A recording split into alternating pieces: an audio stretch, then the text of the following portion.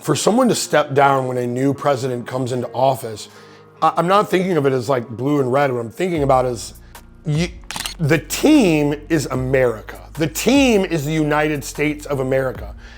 And if we get a new head coach in, a new president, that shouldn't change everything that the way the government is run.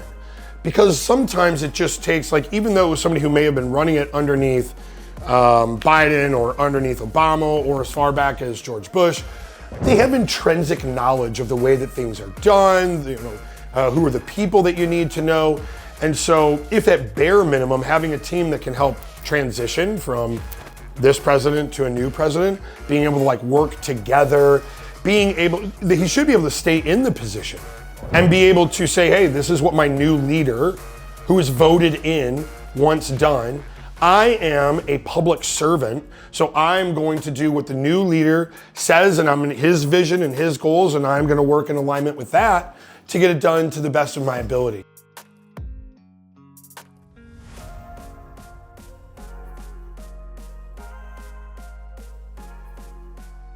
Hey guys, welcome to Aggressively Balanced. You got the Viking here. Just gonna pick some topics. I'm gonna rant, and I'm gonna see if I can give a slightly different perspective from the way that I view the world. Okay, so yeah, context real quick. Joe Rogan got in trouble for saying fuck you to Zelensky and to Biden because they approved like some missiles and money and stuff like that. So here's the perspective. I was going through this and I was like reading all these different people talking about it and about the missiles and the war over there and like Biden not going to be president pretty soon and all this different stuff. And what always comes to my mind about this is these people I see posting this information, getting all pissed off about it, can't fucking change their own oil in their car, but they think that they're experts in international relations and commerce and politics between different sovereign states. Like, guys, you've got to chill. You cannot have an opinion about everything, especially something as complicated as that. Like, have an opinion about it, maybe just like oh yeah, I don't like that we're over a war over there. That's okay. But the things that I'm seeing is like, about how, intricate details about commerce and NATO and all of this stuff that I know none of you dumb fucks have any idea about. And the reason I know you don't know anything about it is because I'm smarter than you and I don't know anything about it. So there ain't no way in hell that some of these people that I see talking about this have a fair viewpoint to be giving other people information or facts about what world trade, commerce, politics, things like that should be. Again, this goes back to a little bit more of like when I talk about this term aggressively balanced is like, if you are a person that does not have your shit in your life together, right? You don't have your finances in order. You can't hold a stable relationship. You can't organize a team together. You can't even get a group of people to all accomplish one thing. You think that you should be telling other countries what they need to be doing that include millions of people. You have fucking lost your mind. Okay. Rant number one down. Absolutely. And you mentioned commerce too, right? So let's rewind a little bit back to the conversation that we had earlier this week. And we were talking about the big dogs, right? Yeah. We were talking about SEC, and I had mentioned something about football, right? Oh, we were talking about football at all. We were talking about the big boys in the SEC, and let's go ahead and explain that into that. So, man, we were talking about the security, or I brought up talking about the Security and Exchange Commission's director. My man thought we were talking about football, but no. Okay, so this is another really funny one. Again, I am not actually political in the way that you would think. Like, I don't even believe in this idea of left and right. I think that's just a thing that we're shown, and so people go, oh, there's a left and a right. In other countries, they have like 5 political parties. I mean, this is just ridiculous to think that there is a binary way to think about decision making. So I promise you, I'm not here to persuade anybody on some different politics. But this guy is the director of the SEC, which is the Security Exchange Commissions, and he's stepping down on the day that Trump gets inaugurated. And this is the type of stuff that I see that internally in my own country that does bother me. For somebody to step down who's in charge of it, I mean, the SEC is an important organization. They oversee all of the trade that happens. So when you buy stocks or when there are these huge hedge funds, and to make sure that they're running things ethically, that proper documentation is made, there has to be an organizing body that makes sure that all gets done the right way. And so they're in charge of big stuff and like trillions of dollars of money. Well, you see this and it's like, for someone to step down when a new president comes into office, I'm not thinking of it as like blue and red. What I'm thinking about is the team is America. The team is the United States of America. And if we get a new head coach in, a new president, that shouldn't change everything that the way the government is run. Because sometimes it just takes, like, even though it was somebody who may have been running it underneath Biden or underneath Obama or as far back as George Bush, they have intrinsic knowledge of the way that things are done, who are the people that you need to know.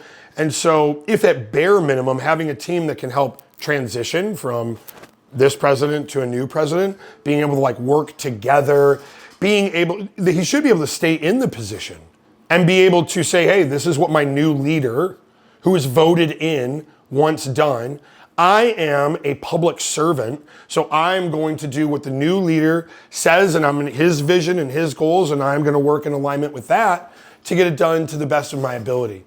And this is the thing that I see, like the polarization, the left and right thing in our country, where there are always, like, there's not just two ways to run a company. There's an infinite number of ways, literally actually an infinite number of ways. And you have to first take the assumption that you cannot be right about everything. I use this as a metaphor. If there were 100 decisions that you could make about our government being run, what is the probability that you think that you could get all 100 decisions completely 100% correct? It's a 0% possibility. There is no one person that could be right about all 100 of those. So if you lay that assumption back onto yourself, you have to be wrong about some X percentage of all your opinions and decisions.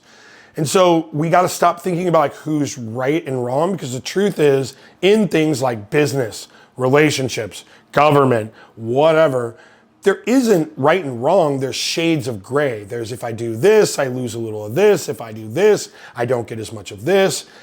And a lot of times you don't know what the outcome is until you do it. So let's just decide a team. This is the play we're going to run. We're all going to run it together to hopefully get the best outcome possible. And maybe it wasn't exactly the choice that I would have made, but as a team, as a country, we got together, we made a decision. So go fucking do the thing that way. It's not that crazy to think about. All right, there's my rant about the director of the SEC. There's another one about, there's these reels that are going out on social media about how terrible the carnivore diet is for you. All right, now next, and our final topic for today. Listen, I've just started eating a shit ton of protein this year, just understanding my diet. Speak to our carnivores out there, and what about that specific diet that is getting people going these days? Yeah, so this is kind of stemming from, there's this like meme that's going around, and it's about like how bad the carnivore diet is for your health.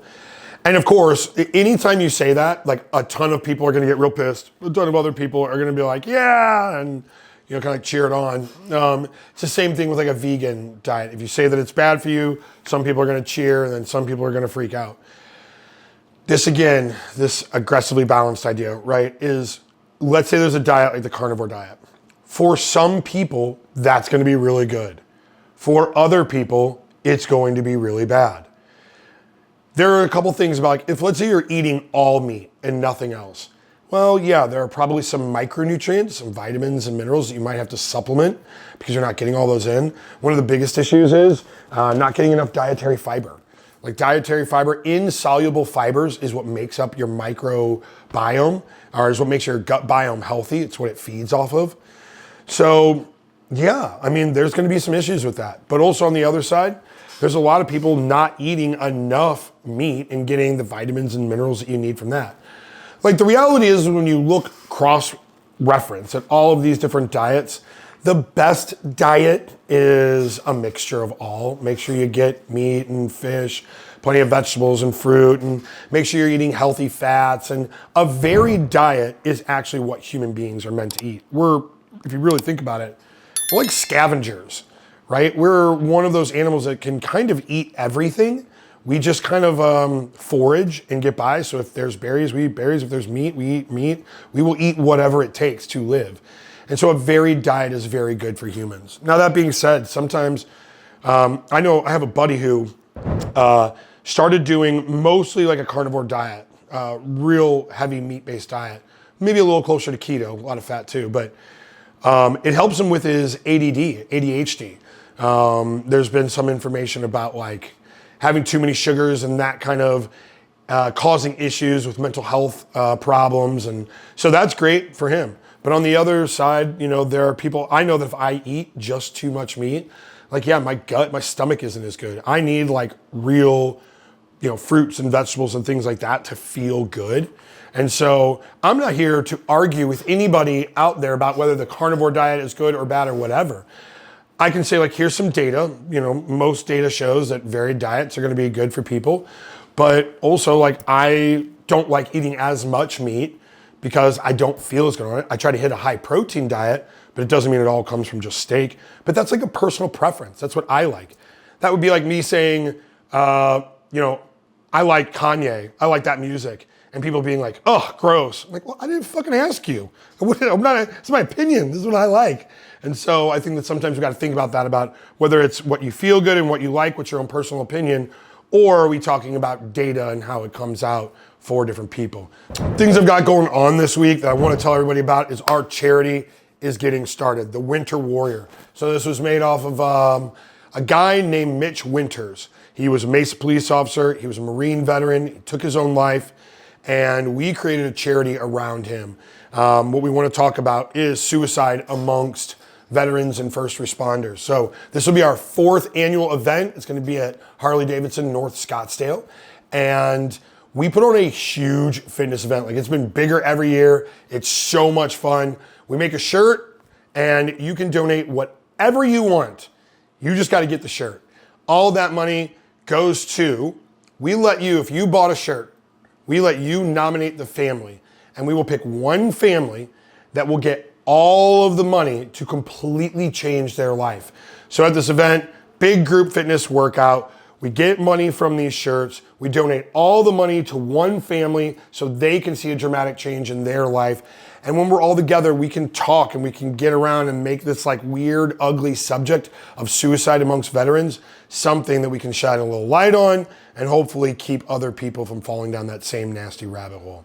Hey, this is the Viking. This is Aggressively Balanced. Please like, share, comment. If you got a homie that you think would be interested in some of this, send it to them. Appreciate you guys. I'll see you next time.